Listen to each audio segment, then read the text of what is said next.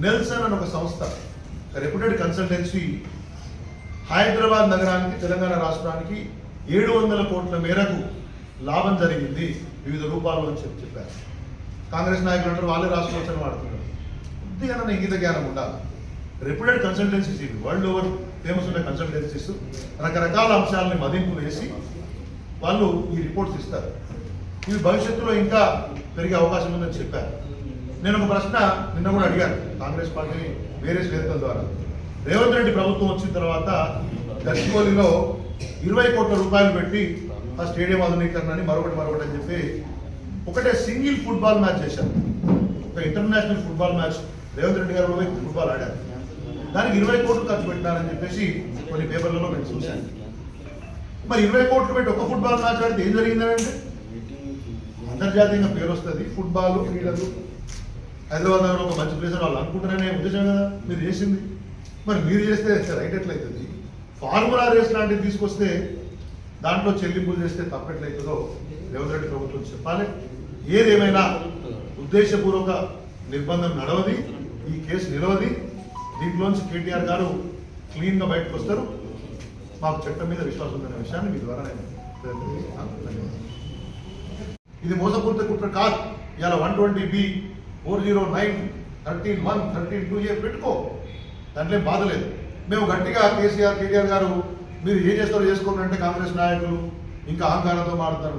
అహంకారం ఏంటంటే తప్పు చేయలేదు, రాష్ట్రం కోసం పనిచేసినాము, డబ్బులు ఎక్కడ పోయినాయో క్లియర్గా తెలుస్తూ ఉంది. బ్యాంకు ద్వారా ట్రాన్స్ఫర్ అయినాయి, ఎవరికి పైసలు వచ్చినాయో వాళ్ళకి వచ్చినాయని చెప్తున్నారు. ఫర్దర్ పైసలు ఏమని ముఖ్యమంత్రిని అడిగినారు, చేయలేదు కాబట్టి ఆ ఫీజు ఏదైతే ఉందో మళ్ళీ తీసుకుపోండి అని చెప్పేసి ఇండియాలో ఉన్న సంస్థ అడుగుతూ ఉంది.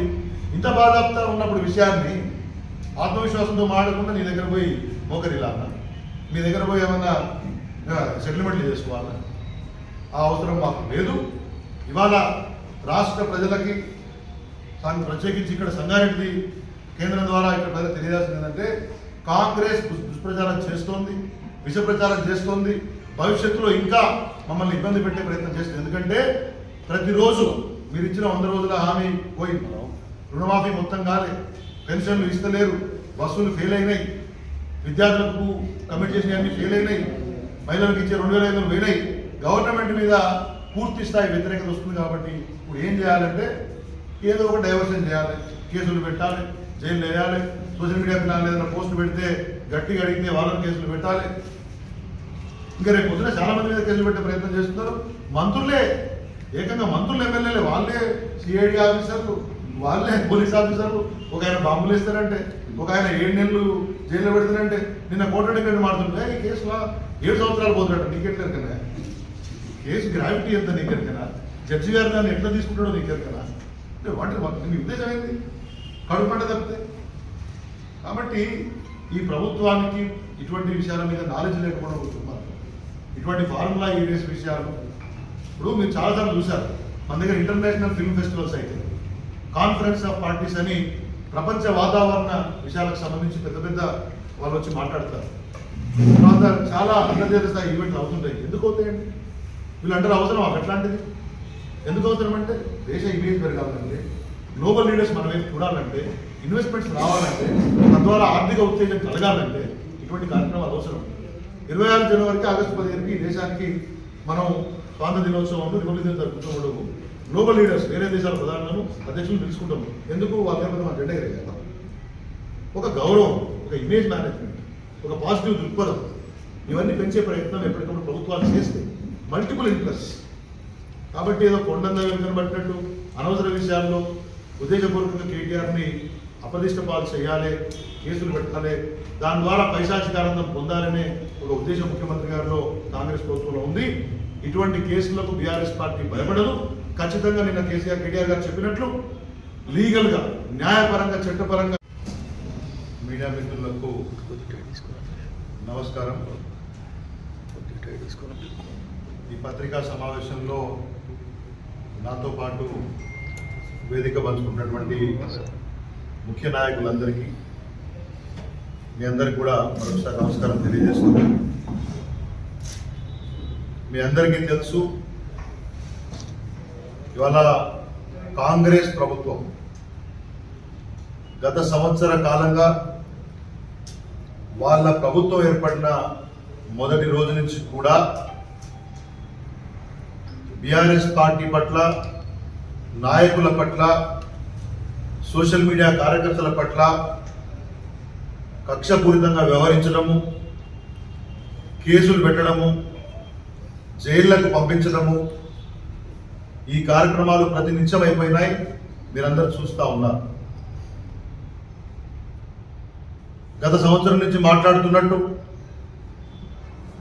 ప్రతిరోజు ముఖ్యమంత్రి నుంచి మొదలుపెట్టి ఎమ్మెల్యేల వరకు కూడా కేసీఆర్ గారి మీద కేసులు పెడతాం, కేటీఆర్ గారిని జైలు పంపిస్తాం, హరీష్ రావు గారు ఏదో తప్పు చేసినారు, ఈ రకంగా ప్రతిరోజు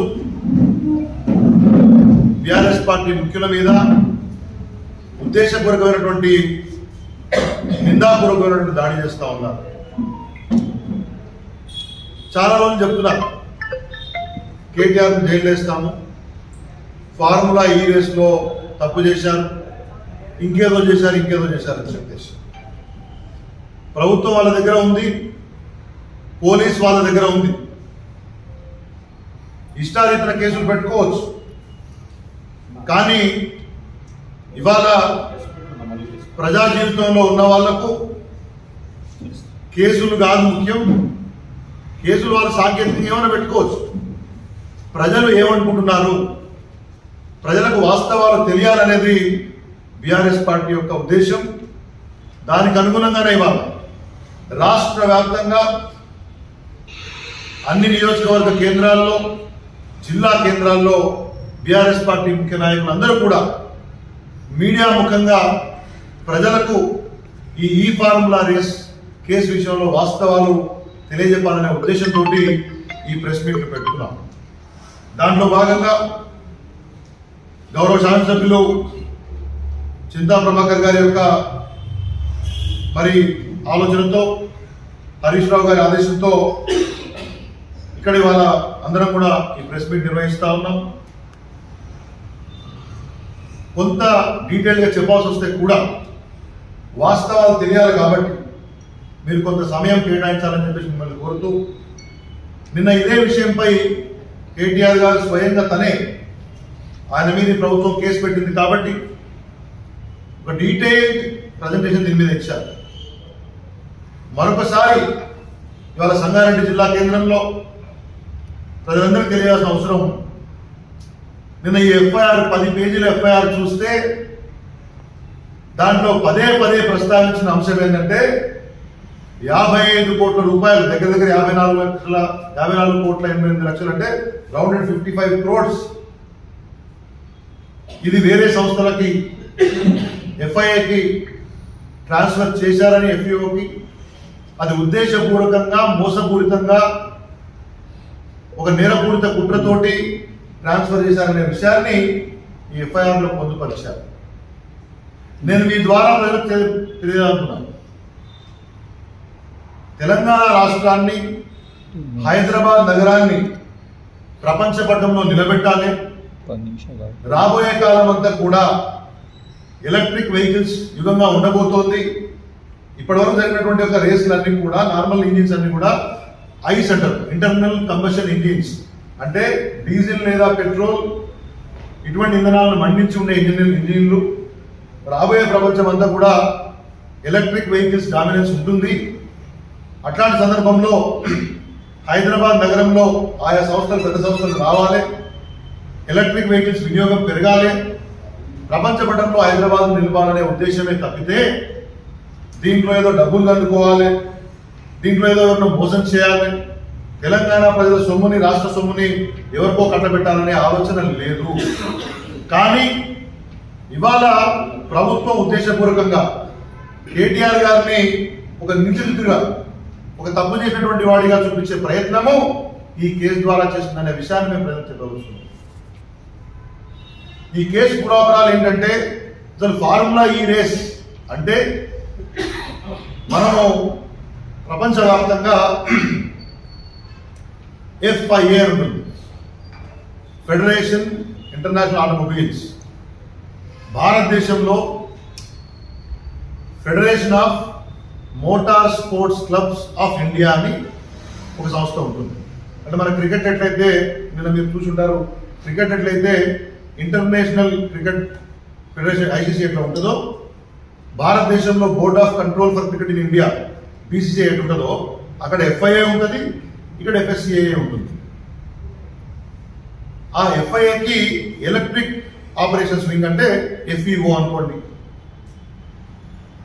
ఈ ఎఫ్ఈఓ ద్వారా మన దగ్గర ఈ ఫార్ములా రేస్ జరిగింది.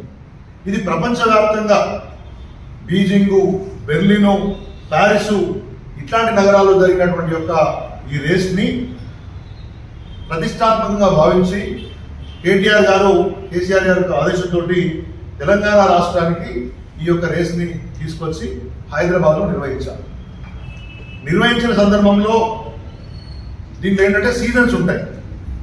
ఎట్లయితే ఒలింపిక్స్ మనము ఇప్పుడు మొన్న దగ్గర అయింది, నెక్స్ట్ సీజన్ ఒక 4 yearsకి, నెక్స్ట్ సీజన్ ఒక 4 yearsకి ఎట్లయితే చేస్తారో అట్లా సీజన్స్ ముందే నిర్మితం అవుతాయి, ముందే నిర్ణయం జరుగుతాయి. సీజన్ 9, 10, 11, 12 జరగాలనే ఒక అగ్రిమెంట్ని ప్రభుత్వం తీసుకుంది. దాంట్లో సీజన్ 9 హైదరాబాద్ నగరంలో జరిగినప్పుడు తెలంగాణ ప్రభుత్వం నుంచి మున్సిపల్ అడ్మినిస్ట్రేషన్ అర్బన్ డెవలప్మెంట్ శాఖ, దాని మంత్రిగా కేటీఆర్ గారు ఉన్నారు. అటువైపు ఎఫ్ఈఓ ఫార్ములా ఈ ఆపరేషన్స్ లిమిటెడ్ సంస్థ అంతర్జాతీయంగా, అదేవిధంగా తెలంగాణకు సంబంధించి ఒక సంస్థ ఏస్జెన్ నెక్స్ట్ ప్రైవేట్ లిమిటెడ్ అని చెప్పేసి వాళ్ళ ఒక సంస్థ స్పాన్సర్గా ముందుకు వచ్చి ట్రైపార్టైట్ అగ్రిమెంట్, ముగ్గురి మధ్యలో ఒక అగ్రిమెంట్ జరిగింది. దాంట్లో మున్సిపల్ అడ్మినిస్ట్రేషన్ శాఖ ఒక ఫెసిలిటేటర్, అంటే ఆ ట్రాక్ వేయడము, కావాల్సిన ఇన్ఫ్రాస్ట్రక్చర్ సమకూర్చిన వరకు మన మున్సిపల్ అడ్మినిస్ట్రేషన్ చేస్తుంది. ఎఫ్ఈఓ నేమో రేస్ కండక్ట్ చేస్తుంది. దానికి స్పాన్సర్గా 110 కోట్ల రూపాయలు పెట్టి ఈ ఏస్జెన్ నెక్స్ట్ ప్రైవేట్ ఉంటాయి. ఇది బ్రహ్మాండంగా జరిగింది, అంతర్జాతీయంగా బ్రహ్మాండంగా పేరు వచ్చింది. నెక్స్ట్ సీజన్ వచ్చే వరకు ఈ ఏస్జెన్ నెక్స్ట్ ప్రైవేట్ ఏదైతే ఉందో ఈ తెలంగాణకు సంబంధించినటువంటి ఎవరైతే స్పాన్సర్ ముందుకు వచ్చారో గ్రీన్ కో అనే సంస్థ ఉంది, వాళ్ళకి సంబంధించింది.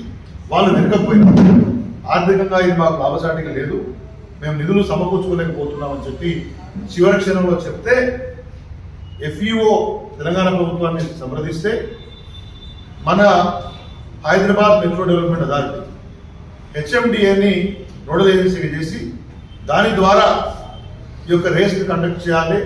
అంతర్జాతీయంగా తెలంగాణ ప్రతిష్ట, హైదరాబాద్ ప్రతిష్ట, భారతదేశ ప్రతిష్ట దెబ్బతినకూడదని ఆ రోజు నిర్ణయం తీసుకొని ముందుకు పోయారు కేటీఆర్ గారు. ఇది ఒక హైదరాబాద్ నగరానికి, తెలంగాణ రాష్ట్రానికి సంబంధించింది కాదు, ఇది భారతదేశంలో జరుగుతున్నటువంటి ఈవెంట్, ఇది ఇండియన్ ఈవెంట్. కాబట్టి నిర్ణయం తీసుకున్నారు. ఇవాళ కాంగ్రెస్ ప్రభుత్వం ఏం చెప్తుంది, వాళ్ళు 3 విషయాలు చెప్తున్నారు. ఉద్దేశపూర్వకంగా తప్పు చేశారు, ఉద్దేశము ప్రతిష్టాత్మక రేస్ తేవాలని, 55 కోట్లు మీరు ఇచ్చారు అని చెప్తున్నారు. ఎస్, 55 కోట్లు ఇవ్వలేదు, ట్రాన్స్ఫర్ చేయలేదు అని కేటీఆర్ గారు చెప్పలేదు, ఆయనే బాధ్యత చెప్పారు. ఎస్, మున్సిపల్ అడ్మినిస్ట్రేషన్ మినిస్టర్గా నేనే బాధ్యత తీసుకొని హెచ్ఎండిఏ ద్వారా 55 కోట్ల రూపాయలు ఎఫ్ఈఓకు చెల్లించాము. ఎందుకు చెల్లించాము? కేటీఆర్ గారు పర్సనల్ అకౌంట్లో మనకు ట్రాన్స్ఫర్ చేస్తారట. హైదరాబాద్ నగరంలో రేస్ కొనసాగుతుంది, తద్వారా మనం అనుకున్నటువంటి లక్ష్యం నెరవేరుతుందని చేస్తున్నాం. కాబట్టి ప్రైవేట్ జేబులకు పోలే, అంటే ఇక్కడ అవినీతి జరగలేదు. వీళ్ళు వారు ఏం కేసు పెట్టినారు? ప్రివెన్షన్ ఆఫ్ కరప్షన్ యాక్ట్, అవినీతి నిరోధక చట్టం కింద కేసు పెట్టారు. అవినీతి జరిగింది అంటున్నారు. మేమేమంటున్నామంటే అవినీతి జరగడం అంటే ప్రభుత్వ సొమ్మును అప్పనంగా ఇంకెవరికైనా దగలపరచడం, లేకపోతే ప్రభుత్వ నిర్ణయాన్ని ఒకరికి ఫేవరబుల్గా చేసి 4 రూపాయలు తీసుకోవడం, లేకపోతే ఇంకెవరికైనా అనుకూలంగా ఉన్న వాళ్ళు క్విట్ ప్రోకో, నువ్వు అది చేయి నాకే చేస్తాను అనే పద్ధతిలో వివరించడం. ఈ 3 ఇక్కడ లేవు.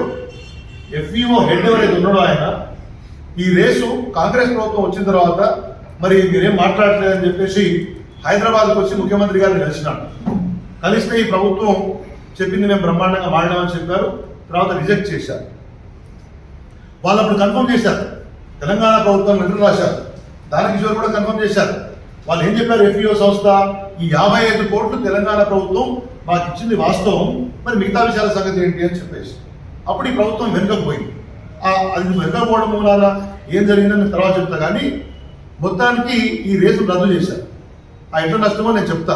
కానీ అంతర్జాతీయంగా ఏ సంస్థ అయితే డబ్బులు మాకు ఉంటున్నాయని చెప్పిన తర్వాత ఈ అవినీతి ఎక్కడ ఉంది దీంట్లో అనే విషయాన్ని బీఆర్ఎస్ పార్టీ ప్రశ్నిస్తుంది. ఒక నిజంగా తప్పు చేసి ఉంటే, ఎవరినైనా ఏమార్చి ఉంటే, ఎవరైతే మంత్రిగా కేటీఆర్ గారు నిర్ణయం తీసుకున్నారో వారి వాళ్ళ శాసనసభలో ఉన్నారు, శాసనసభ సభ్యుడే ఉన్నారు, అసెంబ్లీ సమావేశాలు నడుస్తున్నాయి. ఏ సభ్యుని మీదనైతే ఆరోపణలు వచ్చినాయని మీరు అంటున్నారో, కేసు పెడతామంటున్నారో ఆయనే బాధాప్తా చర్చ పెట్టండి. అవినీతి నువ్వు చెప్తున్నావు, ఎట్లా అవినీతో నీవు చెప్పు, ఎట్లా తప్పు చేయలేదో నేను చెప్తానని చెప్పేసి చెప్తే ఈ ప్రభుత్వం వెనకపోతా ఉంది, కాకమ్మ కథ చెప్తా ఉంది. చేతనైతే చర్చ పెట్టాలి కదా, ఆన్ రికార్డ్ అసెంబ్లీ ద్వారా. అంతకంటే అద్భుత సంస్థ ఏముంటుంది? The biggest institution for public accountability. కాబట్టి ప్రభుత్వం ఉద్దేశపూర్వకంగా చేసే పని ఏంటంటే ఏదో రకంగా కేటీఆర్ గారిని కేసులు ఇరికించి జైలుకు పంపాలా అనే ఒక ఉద్దేశపూర్వకమైనటువంటి ఒక కుట్ర తప్పితే దీంట్లో అవినీతి లేదు, పాడు లేదు. ఇవాళ రేవంత్ రెడ్డి గారి ప్రభుత్వానికి తెలంగాణ రాష్ట్ర ప్రతిష్ట పట్ల, హైదరాబాద్ నగర ప్రతిష్ట పట్ల ఎక్కడ కూడా పట్టింపు లేదు.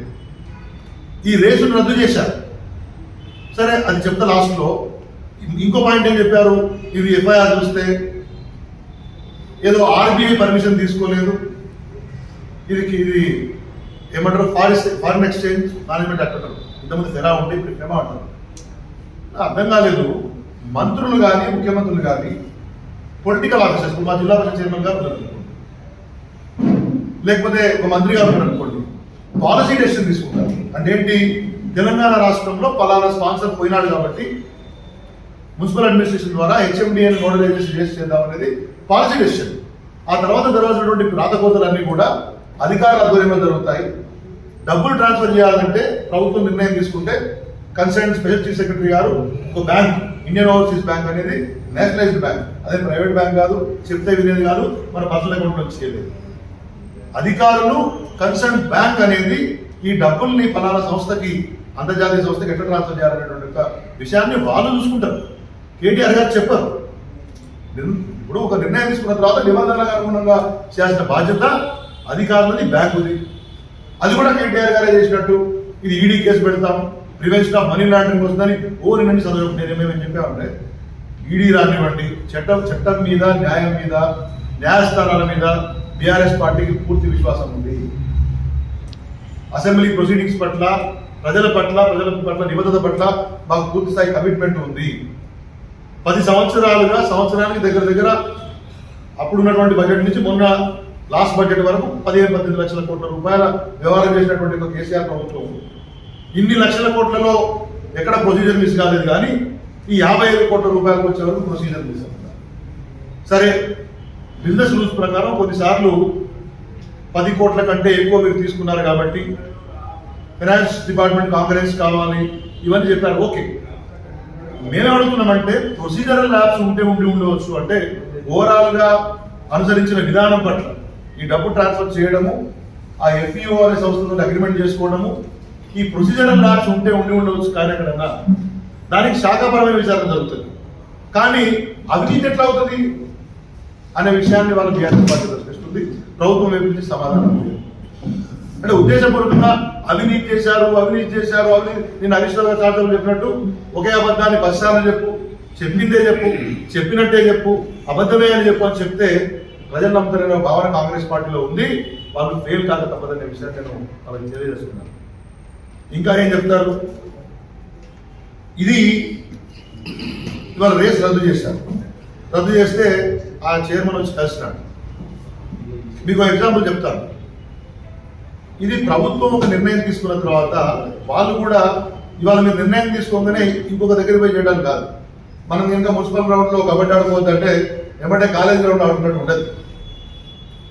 ముందే సంవత్సరాల తరబడి నిర్ణయాలు జరుగుతాయి. కాబట్టి కెనడాలోని మాంట్రియల్ అనే నగరంలో ఇట్లనే విదేశాల్లో ఏంటంటే మన దగ్గరలా కాకుండా మేయర్స్ చాలా పవర్ఫుల్. ఆ నగర పరిపాలన విభాగం చాలా స్ట్రాంగ్ ఉంటుంది. మేయర్ ఇస్ ఫైనల్, వాళ్ళే నిర్ణయాలు తీసుకుంటారు బేసికల్. కెనడాలోని మాంట్రియల్లో ఇట్లే ఒప్పందం జరిగితే ఆ తర్వాత మేయర్ మారినాడు. మన దగ్గర ప్రభుత్వం మారినట్టు అక్కడ మేయర్ మారితే వాళ్ళు ఒప్పందం ఇట్లే రద్దు చేసుకుంటే ఆర్బిట్రేషన్, ఈ అగ్రిమెంట్ చేసుకున్నప్పుడు ఏంటంటే ఈ అగ్రిమెంట్లో ఉన్నటువంటి నిబంధనలకు విరుద్ధంగా ప్రభుత్వం కానీ ఎవరైనా ఒకరు దాంట్లో తప్పుగా వ్యవహరిస్తే అవతల పార్టీకి నష్టం జరిగింది అనుకున్నప్పుడు they can go to the arbitration system.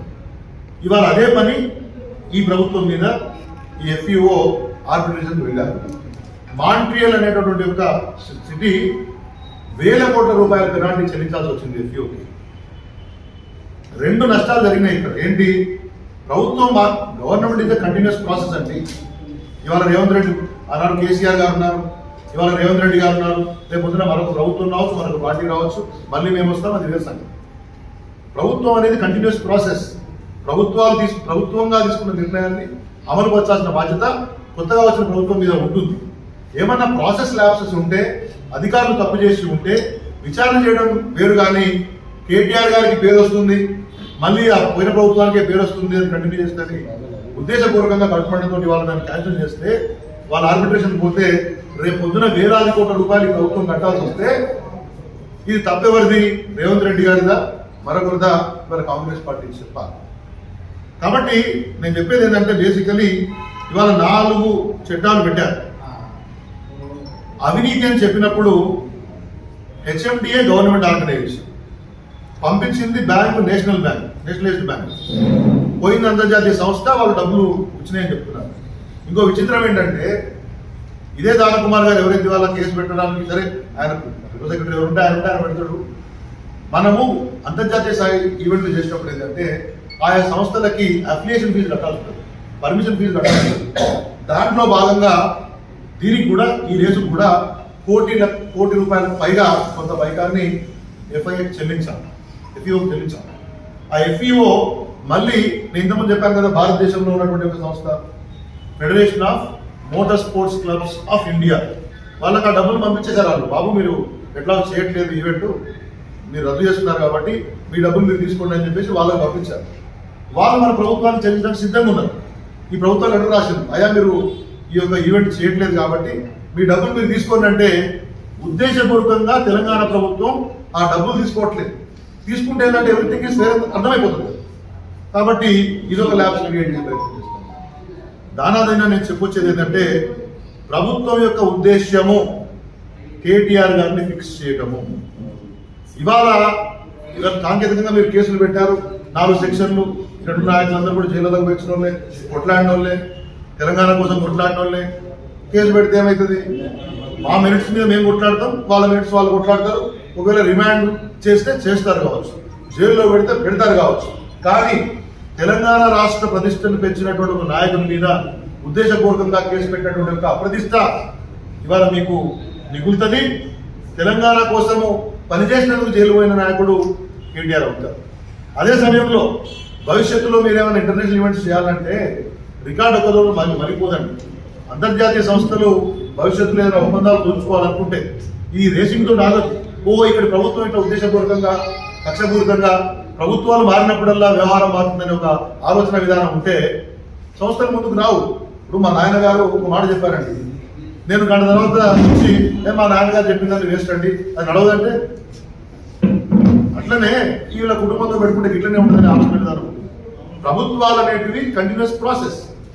కాబట్టి ఇవాళ నేను చెప్పదలుచుకుంది ఏంటంటే, మీ ద్వారా ఎక్కడ కూడా కేసీఆర్ గారి ప్రభుత్వం ప్రత్యేకించి ఆ రోజు మున్సిపల్ అడ్మినిస్ట్రేషన్ మినిస్టర్గా ఉండి ఈ రాష్ట్రానికి పేరు ప్రఖ్యాతులు తీసుకొచ్చి జాతీయ అంతర్జాతీయ ఈవెంట్లు సంస్థల్ని తీసుకొచ్చి 3 లక్షల కోట్లకు పైగా ఇన్వెస్ట్మెంట్ అట్రాక్ట్ చేసి 20 లక్షలకు పైగా ఉద్యోగాలు క్రియేట్ చేసినటువంటి ఒక నాయకుడు కేటీఆర్ గారు. వారిని ఉద్దేశపూర్వకంగా అప్రతిష్ట పాలు చేసే విధంగా, ప్రజల్లో తప్పుడు భావన పంపించే విధంగా ఈ ప్రభుత్వం చేస్తున్న ప్రయత్నమే ఈ కేసు తప్పితే దీంట్లో అవినీతి లేదు అనే విషయాన్ని మీ ద్వారా నేను ప్రజలకు చెప్పదలుచుకున్నాను. ఫార్ములా ఈ రేస్ ని వెనుక పంపించడం ద్వారా ఈ ప్రభుత్వం తెలంగాణకు ఇమేజ్ కు, హైదరాబాద్ ఇమేజ్ కు, అదేవిధంగా భారతదేశం యొక్క ఇమేజ్ కు గండి కొట్టిందనే విషయాన్ని మీ ద్వారా చెప్పదలుచుకున్నాను. కక్షపూరితంగా పెట్టే కేసులు నిలువవు. ఏదో రోజు చూస్తున్నాం మేము, ఉచ్చు బిగిస్తున్నారు కాదు, ఇదో పుచ్చు కేసు అని చెప్పారు. దీనిలో వ్యవహారమే లేదు. డబ్బులు ముట్టనప్పుడు, అవినీతే లేనప్పుడు యాంటీ కరప్షన్ ఎక్కడికి వస్తుంది? దీంట్లో ప్రభుత్వం ఉద్దేశపూర్వకంగా చేసినటువంటి ఒక ప్రయత్నం అని చెప్పేసి ఇవాళ మీ ద్వారా మేము తెలియదలుచుకున్నాం. ఇంకా అనేక విషయాలు నిన్న నుంచి చర్చకు వస్తూ ఉన్నాయి. ఇక మీకు నేను చెప్తా ఉన్నాను, చూడండి. Formula E sues Montreal over cancelled race. Montreal నగరం ఇట్లనే రేస్ క్యాన్సిల్ చేస్తే వాళ్ళు కేసు పెట్టారు కెనడాలో. వీళ్ళు ఏం చెప్తారంటే మీరు అగ్రిమెంట్ లేకుండానే డబ్బులు పంపించారు. అది తప్పండి. మీకు 2-3 డేట్లు చెప్పి విషయాన్ని చెప్పి క్లోజ్ చేస్తారు. అప్పటి స్పాన్సర్ వద్దన్నాడు కాబట్టి, ప్రభుత్వమే స్పాన్సర్గా ఉండాలని నిర్ణయించింది కాబట్టి వీళ్ళే చెప్తున్నారు. ఇంకో పాయింట్ కూడా చెప్పారు, election model code of conduct ఉంది, ఆ సమయంలో మీరు అగ్రిమెంట్లు చేసుకోవడము డబ్బులు పంపించడం తప్పు అని చెప్తున్నారు. Yes, rule position is agreed.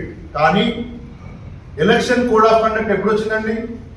4/10/2023 నుంచి 4/12/2023, అంతే కదా?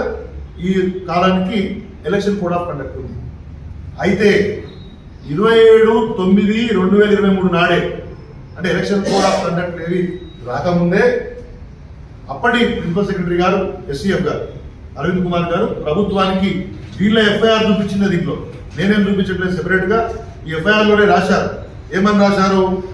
ఈ 27/9 నాడే ఆ రోజున్నటువంటి యొక్క ఎస్సీఎఫ్ గారు 3 అంశాలను వారు అడిగారు. ఏమని?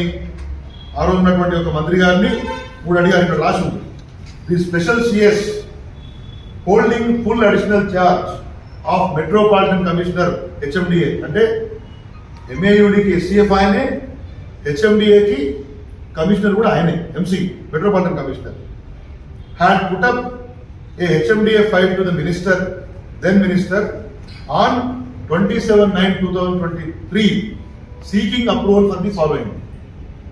27/9 నాడే ఎలక్షన్ కోడ్ ఆఫ్ కండక్ట్ కంటే ముందే అప్పటి ఎస్సీఎఫ్ గారు, ఎంసీ హెచ్ఎండిఏ అరవింద్ కుమార్ గారు 3 విషయాలు అడిగారు. LFA, long form agreement executed for season 9, ఆ తర్వాత పర్మిషన్ కావాలని అడిగారు బేసికల్లీ. రెండోది వాళ్ళు ఏం చెప్తున్నారు, అడ్మిన్ అప్రూవల్స్ లేవు, గవర్నమెంట్ ఏమీ లేకుండా సంతకం పెట్టి డబ్బులు ఇచ్చారు. నో, అడ్మినిస్ట్రేటివ్ అప్రూవల్స్ ఏదైతే ఉన్నాయో వాటిని మొత్తంగా 2 విడతలుగా 110 కోట్లు, అదర్ యాక్టివిటీస్ కోసం 120 కోట్లు స్పెండ్ చేయడం కోసం, అప్రూవల్ కోసం వారు ఒకటి పర్మిషన్ అడిగారు. మూడోది ఏమి అడిగారు? For making payment of fee GBP 22,50,000 towards first instalment. అంటే ఎలక్షన్ కోడ్ ఆఫ్ కండక్ట్ వచ్చే కంటే ముందే ఈ 3 అంశాలు, admin approval for expenditure, long form agreement కోసం ఒకటి, ఫస్ట్ ఇన్స్టాల్మెంట్ పే చేయడం కోసం కావాల్సినటువంటి అగ్రిమెంట్ని వారు అనుమతిని కన్సర్న్ మినిస్టర్ గారి దగ్గర తీసుకున్నారు. ఆ రకంగానే దాదన్ minister MAUD department has duly approved on the same on the file of HMD. అంటే ప్రభుత్వం అంటే ఎవరండి? Minister concern. హెచ్ఎండిఏ ఫైల్ పెట్టింది, మినిస్టర్ కన్సర్న్ ఆ 3 అంశాలకు సంతకాలు పెట్టారు. ఆ తర్వాత 3/10 నాడు ఒక ఇన్స్టాల్మెంట్, 11/10 నాడు ఒక ఇన్స్టాల్మెంట్ పే చేశారు. పే చేయలేదని చెప్తలేదు. ఎలక్షన్ కోడ్ 4th వచ్చింది. అంటే 3/10 అంటే first payment was done already అంటాడు. అంటే it is in motion, business is in motion. కాబట్టి ఆ పని ముందుకు తీసుకెళ్ళాం, రేస్ చేసే ప్రయత్నం చేసినాం. దీన్ని తప్పు జరిగింది, పర్మిషన్ తీసుకోలేదు. ప్రభుత్వాలలో కొన్నిసార్లు కొన్ని ఎక్సిజెన్సీస్ ఉన్నప్పుడు ప్రభుత్వం కొన్ని ఇమ్మీడియట్ యాక్షన్స్ తీసుకుంటుంది. ఆ తర్వాత it will be ratified by the department concern and cabinet concern. అది చీఫ్ మినిస్టర్ ఆఫీస్ నాలెడ్జ్లో కూడా పెడతారు. అప్పుడు ఎలక్షన్ సమయం కాబట్టి, ఒకవైపు ఎలక్షన్స్ నడుస్తున్నాయి కాబట్టి, రెండో వైపు మనం రద్దు చేస్తే నగర ప్రతిష్ట, రాష్ట్ర ప్రతిష్ట, దేశ ప్రతిష్ట దెబ్బతింటుంది కాబట్టి, మళ్ళీ ఆర్బిట్రేషన్కి పోతే హ్యూజ్ అమౌంట్స్ ఫిల్ చేయాల్సి వస్తుంది కాబట్టి ప్రభుత్వం కాన్ఫిడెంట్గా ముందుకు